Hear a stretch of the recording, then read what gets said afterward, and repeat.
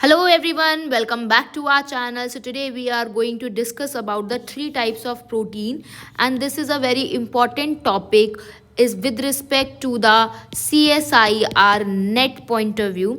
So let us discuss. चलिए आइए बढ़ते हैं इस टॉपिक के तरफ. सो एज यू ऑल सी कि लिपिड और प्रोटीन का जो रेशियो होता है वो हमेशा वेरी करता है और किस पे डिपेंड करता है, according to their function. Suppose अगर हम बात करें माइटोकॉन्ड्रिया की तो वहाँ पे प्रोटीन्स जो होते हैं वो ज़्यादा होते हैं और न्यूरॉन्स में लिपिड ज़्यादा होते हैं. माइटोकॉन्ड्रिया में प्रोटीन ज़्यादा क्यों होते हैं? बिकॉज देयर वहाँ पे प्रोटीन इसलिए ज़्यादा होते हैं, वहाँ पे प्रोटीन की सिंथेसिस करानी पड़ती है. नेक्स्ट अगर हम बात करें, तीन तरीके के प्रोटीन होते हैं. एक होते हैं इंटीग्रल प्रोटीन, दूसरे होते हैं लिपिड लिंक प्रोटीन और तीसरे होते हैं हमारे that is a peripheral protein. Next अगर हम बात करें integral protein, suppose this is a membrane, कोई प्रोटीन अंदर की तरफ है तो उन्हें हम इंट्रिंसिक प्रोटीन भी कहते हैं and it is very difficult to remove because they are present inside membrane के अंदर प्रेजेंट है. नेक्स्ट फॉर देयर रिमूवल हमें हमेशा डिटर्जेंट की ज़रूरत पड़ेगी जो कि है SDS. नेक्स्ट इसे हम ट्रांस मेम्ब्रेन प्रोटीन भी कहते हैं because they are embedded in the membrane और ये एक्वस सोल्यूशन में सॉल्युबल नहीं हो पाते. As you all know integral protein जो होते हैं वो एम्फीपैथेटिक होते हैं, मतलब उनके पास हाइड्रोफोबिक भी होता है और हाइड्रोफिलिक भी होता है.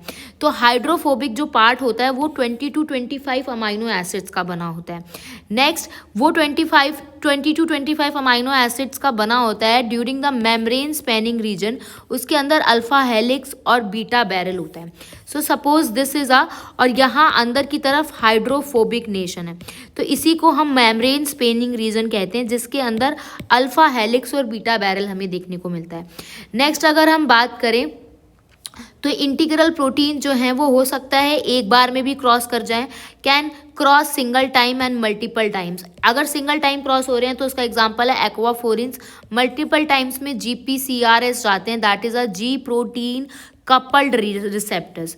नेक्स्ट अगर हम बात करें लिपिड लिंक प्रोटीन की तो लिपिड लिंक प्रोटीन में क्या होता है, ग्लाइसिन जो है वो अटैच होता है लिपिड के साथ और वो प्रोटीन को कनेक्ट कर रहा होता है. नेक्स्ट अगर हम बात करें तो ये जो लिपिड लिंक प्रोटीन है ये साइटोसोलिक साइड पे भी देखने को मिलेगा, मतलब साइटोप्लाज्म में भी देखने को और नॉन साइटोसोलिक साइड भी देखने को मिलेगा.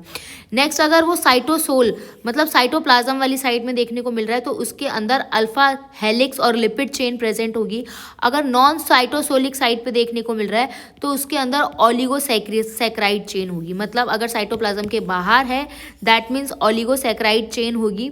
नेक्स्ट अगर अंदर है तो अल्फा हेलिक्स और लिपिड चेन दोनों होगी. नेक्स्ट अगर हम बात करें एग्जाम्पल ऑफ लिपिड चेन के एग्जाम्पल्स देखते हैं एंड ऑलिगोसैकराइड चेन्स के एग्जाम्पल देखते हैं. लिपिड चेन कहाँ देखने को मिलेगी? साइटोसोलिक साइड पे. कौन कौन सी होती हैं? Palmitic, myristic and farnesyl group. Oligosaccharide chains की अगर हम बात करें तो GPI एंकर जिसका नाम होता है ग्लाइकोफॉस्फेटिडाइल्स आइनोसिटॉल्स एंकर्स जो कि लिपिड मॉडिफिकेशन होती है जो कि अटैच होती है प्रोटीन के साथ टू द सेल सरफेस पे. नेक्स्ट ये कहाँ सिंथेसाइज होते हैं? That they are synthesized in a ER. कहाँ जाते हैं? Plasma membrane, transported to a plasma membrane via Golgi apparatus. Next अगर हम देखें सपोज एक pH है, if we change the pH of the membrane, अगर हमने एक मेम्ब्रेन का pH चेंज कर दिया और उसके बाद उसमें सेंट्रीफ्यूगेशन कर दिया तो हमें दो सॉल्यूशन देखने को मिलेंगे, एक ऊपर वाला एक नीचे वाला. जो प्रेसिपिटेट जो मतलब डिजॉल्व नहीं हुए दीज आर इंटीग्रल प्रोटीन, इसीलिए हमने कहा था एक्वस सोल्यूशन में देखने को नहीं मिलेंगे, इनके प्रेसिपिटेट बनेंगे और जो ऊपर सॉल्यूशन में प्रेजेंट होगा that is a peripheral protein. अगर हम वहीं पर बात करते हैं कि पेरिफेरल प्रोटीन जो हैं वो होते क्या हैं, अगर पेरिफेरल प्रोटीन की बात करें तो that is present on the surface जो कि इंटीग्रल प्रोटीन के साथ ज्वाइंट होते हैं by a non covalent interaction. Next ये जो पेरिफेरल प्रोटीन्स होते हैं इन्हें हम pH चेन से हटा सकते हैं. नेक्स्ट ये एक्वस सोल्यूशन में देखने को मिल सकते हैं. दो ट्रांसपोर्ट हो सकते हैं, एक्टिव और पैसिव ट्रांसपोर्ट हो सकते हैं. नेक्स्ट अगर हम बात करें दो तरीके के, देखो मेम्ब्रेन ट्रांसपोर्ट प्रोटीन्स भी होते हैं, वो प्रोटीन्स जो कि मेम्ब्रेन के साथ बाउंड होते हैं. तो there are two types of transport protein जिन्हें ट्रांसपोर्टर्स और चैनल्स कहते हैं. ट्रांसपोर्टर्स को ही कैरियर और परमिएज कहा जाता है. नेक्स्ट ये जो ट्रांसपोर्टर आते हैं ये कैसे आते हैं? दैट इज कन्फर्मेशनल चेंज होता है, जब भी ट्रांसपोर्ट हो रहा होता है उस टाइम पे there is a conformational change. और ट्रांसपोर्टर्स एक्टिव में भी वर्क करते हैं, पैसिव में भी वर्क करते हैं। वेयर एज जो चैनल्स होते हैं वो सिर्फ पैसिव में वर्क करते हैं, जैसे कि आयन चैनल्स और एक्वापोरिन। नेक्स्ट अगर इसमें हम पढ़ेंगे तो कपल ट्रांसपोर्टर्स और एटीपी के बारे में पढ़ेंगे। कपल ट्रांसपोर्टर्स में सिम्पोर्टर्स और एंटीपोर्टर्स आते हैं। सिम्पोर्टर का एग्जाम्पल क्या है? That is a sodium glucose symporter. As you know, sodium बाहर क्या होगा? ज़्यादा होगा, अंदर क्या होगा? कम होगा। तो यहाँ से सोडियम हमेशा एक तरफ जाएगा, दूसरी साइड से ग्लूकोज जाएगा। नेक्स्ट अगर हम बात करें एंटीपोर्टर्स की बात करें तो एंटीपोर्टर्स में सोडियम के साथ Cl और बाइकार्बोनेट एक्सचेंजर है, और या सोडियम के साथ हाइड्रोजन एक्सचेंजर है। उसी की तरह अगर हम बात करें सिम्पोर्टर्स हमें कहाँ देखने को मिलेंगे? स्मॉल इंटेस्टाइल के एपिकल सरफेस पे देखने को मिलेंगे। कहाँ मिलेंगे? स्मॉल इंटेस्टाइल के एपिकल सरफेस में हमें देखने को मिलेंगे। नेक्स्ट अगर हम बात करें इन बैक्टीरिया की कि बैक्टीरियाज में क्या होता है, तो उसमें सोडियम के साथ सोडियम यूज़ ना होके हाइड्रोजन यूज़ होता है। उसके अलावा अगर हम देखें ATP driven forces driven pump कौन सी हैं? 3 तरीके की होती है, पी टाइप, वी टाइप और एबीसी ट्रांसपोर्टर्स। ये कौन सी होती है? दैट इज अ एटीपी, जिसके लिए एटीपी रिक्वायरमेंट है। पी टाइप में क्या होता है? पंप का फोस्फोराइलेशन होता है। एग्जांपल है sodium potassium ATPase. V type जो होता है वो लाइजोसोम में प्रेजेंट होता है, जो कि एसिडिक पीएच को मेंटेन करता है लाइजोसोम के। एबीसी ट्रांसपोर्टर की फुल फॉर्म क्या है? That is a ATP binding cassette, जो कि कहाँ कहाँ देखने को मिलता है? दैट इज अ एमडीआर में, पी ग्लाइकोप्रोटीन में। एमडीआर क्या होता है? That is a multi drug resistant protein. अगर कोई भी एक सेल है उसमें मल्टीपल ड्रग दिए जा रहे हैं और वो उसको अंदर एंटर नहीं करने दे रही, तो दैट मीन्स वो जो सेल है that is a drug resistance.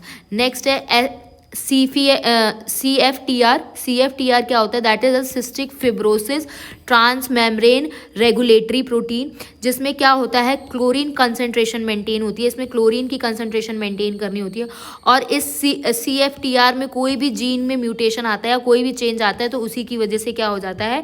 Cystic fibrosis हो जाता है। नेक्स्ट अगर हम बात करें तो प्रोटीन कहाँ जाएगा? That is protein goes to ER। जब प्रोटीन कहाँ जाएगा? ER में जाता है। तो उसके लिए हमें कौन से की रिक्वायरमेंट पड़ती है? दैट इज GTP हाइड्रोलेस की, क्योंकि वही हमें एनर्जी प्रोवाइड करता है। और प्लाज्मा मेम्ब्रेन की थिकनेस कितनी होनी चाहिए? दैट इज अ 5 नैनोमीटर होनी चाहिए। So this is all about. Next है चैनल्स। चैनल्स के बारे में हम पहले भी पढ़ चुके हैं, सेकेंड लेक्चर में भी हमने पढ़ा है। तो उसमें हमारे पास ओपन चैनल होता है, ओपन और क्लोज चैनल होना चाहिए, मतलब वो ओपन भी होता है क्लोज भी होता है, जैसे वोल्टेज गेटेड कहते हैं। सारे मॉलिक्यूल्स को एक ही बार में पास ऑन कर दे, या तो किसी को भी ना करे। नेक्स्ट, जहाँ और ऐसी जगहों पे सैचुरेशन पॉइंट भी आ जाता है। एक स्पेसिफिसिटी भी आती है कि अगर कोई मॉलिक्यूल है उसकी हाइड्रोजेनिसिटी रिमूव करके फिर उसे पास करा सकता है। चैनल 2 तरीके के होते हैं, आयन चैनल और एक्वापोरिन। एक्वापोरिन होता है for the water transport. Ion channel होता है वोल्टेज गेटेड, जिसमें सोडियम और पोटेशियम पंप आता है। नेक्स्ट अगर हम बात करें मैकेनिकल गेटेड चैनल की, तो वो तभी होता है जब कोई फोर्स लगानी पड़ती हो, और एक होता है लिगेंड गेटेड चैनल। नेक्स्ट अगर हम बात करें, so suppose this is a membrane, ठीक है, यहाँ पर मेम्ब्रेन है, यहाँ से नर्व एंडिंग चल रही है और एसिटाकोलाइन के पास आ गई है। ये एसिटाकोलाइन जो है किसके साथ फ्यूज करेगा? प्लाज्मा मेम्ब्रेन के साथ फ्यूज करके ये साइनेप्स वाले रीजन में आ जाएगा, और वहाँ से यहाँ रिसेप्टर के साथ बाइंड होगा। तो इसी को हम कहते हैं that is a ligand gate ion channel. जब एक्शन पोटेंशियल कहाँ पहुँच जाता है? अपनी नर्व एंडिंग में पहुँच जाता है, और एसिटाकोलाइन वेसिकल्स जो है बाहर निकलेंगे, मेम्ब्रेन के साथ फ्यूज होंगे, साइनेप्स रीजन में जाएंगे और वहाँ पे रिसेप्टर पे जाके बाइंड करेंगे। रिसेप्टर कहाँ प्रेजेंट होते हैं? पोस्ट साइनेप्टिक मेम्ब्रेन पे। वहाँ पे जो चैनल ओपन होता है उसे हम लिगेंड गेट आयन चैनल कहते हैं। बाकी सारी चीज़ें हमने पहले भी क्लियर कर ली हैं। So this is all about the topic. Next जो में हम जो है सेल ट्रैफिकिंग के बारे में या प्रोटीन ट्रैफिकिंग के बारे में पढ़ेंगे। So see you in the next class.